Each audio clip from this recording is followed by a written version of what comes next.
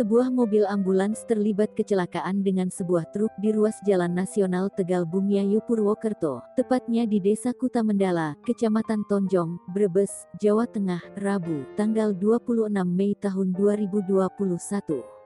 Akibat kecelakaan yang terjadi sekira pukul 22 waktu Indonesia Barat ini, 4 orang meninggal dunia.